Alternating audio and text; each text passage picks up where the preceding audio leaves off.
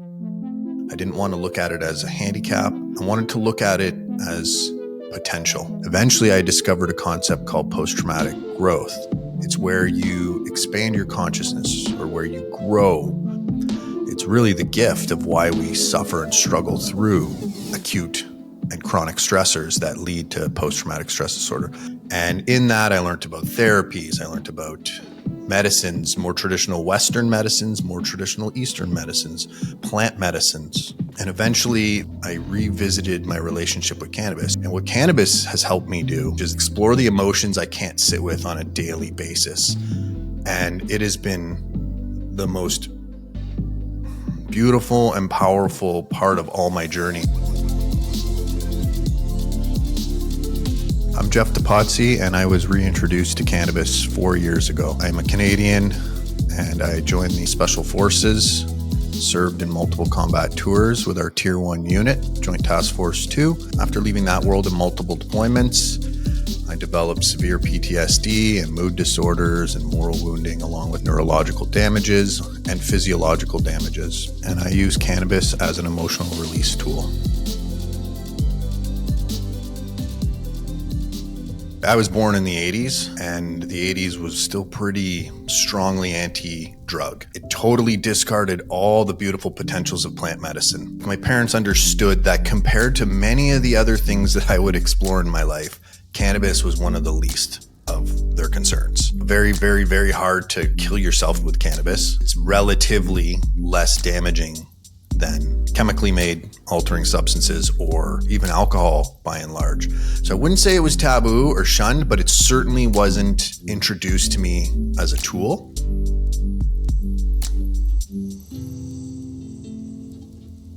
The first time I ever used cannabis, I was 12 years old. I was very young. I was going through a very turbulent time in my life. I am an extremely emotional person. I feel the world very deeply. And as a child, even though I had very nurturing parents, their toolbox was limited to their life experiences and what they knew. And in that, they weren't able to set the full container for my emotions, which looked like emotional instabilities, because now I'm transitioning from childhood into my teenage years. There's all the things going on at school, isolations, things of that nature.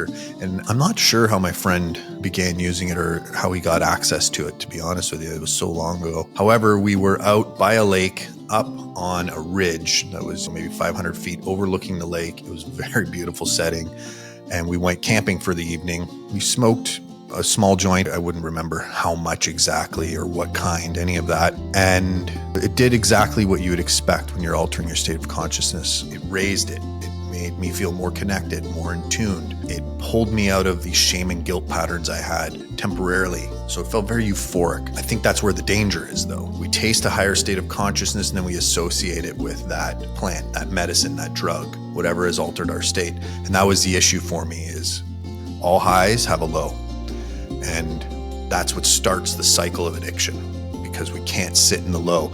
I was too young to sit with those emotions that came up afterwards. So yes, felt very euphoric, very good.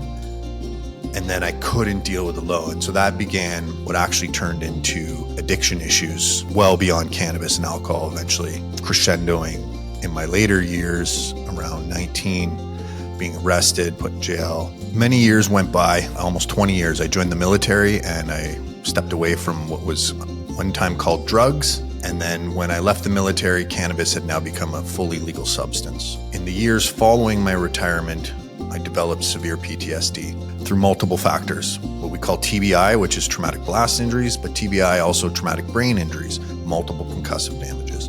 Through my experiences, what I saw and what I couldn't process in those times.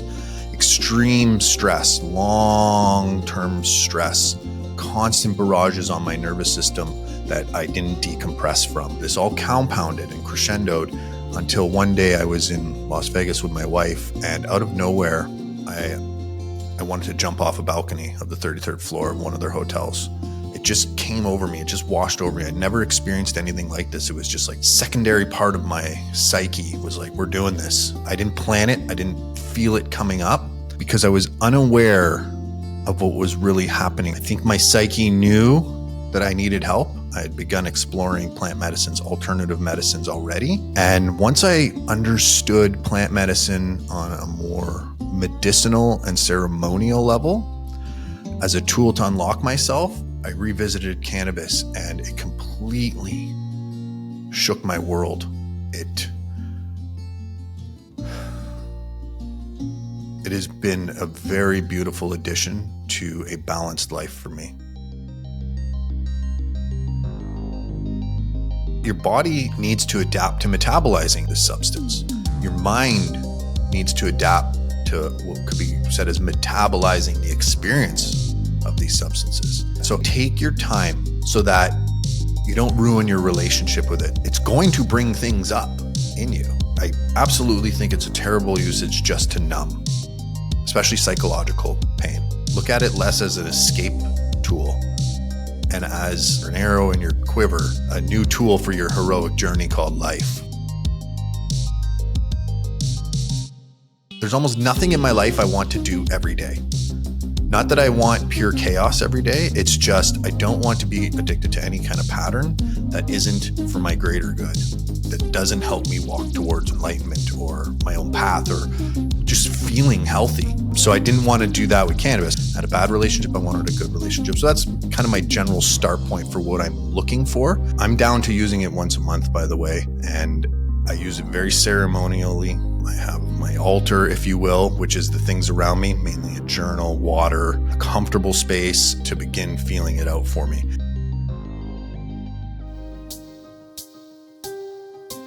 Through plant medicine, I was able to sit with my paranoid feelings, with my stress, with my fear. I was able to start having a relationship with my shadows, my demons, things that were pressed away a long time ago.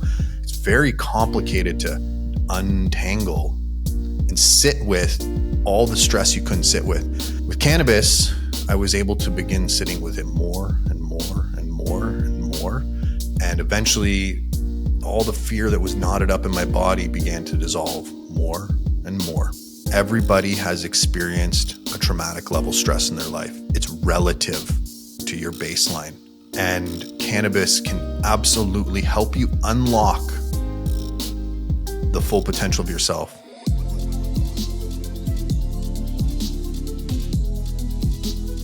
Without cannabis, I wouldn't have access to the full emotional range that I now have. I wouldn't have been able to tune into myself. I wouldn't have been able to access empathy as much as I can now for others. Because the more you can have empathy with other people, the more you're going to heal, the more you're going to grow, the more you're going to feel, and the more capacity you'll have for life. If you heal from something as dramatic as an extreme stress disorder or even just acute or chronic stress, you will be stronger, more resilient on the other side. Your eyes will open up, your awareness will expand. I think that my life would be less rich, less full, less whole without cannabis.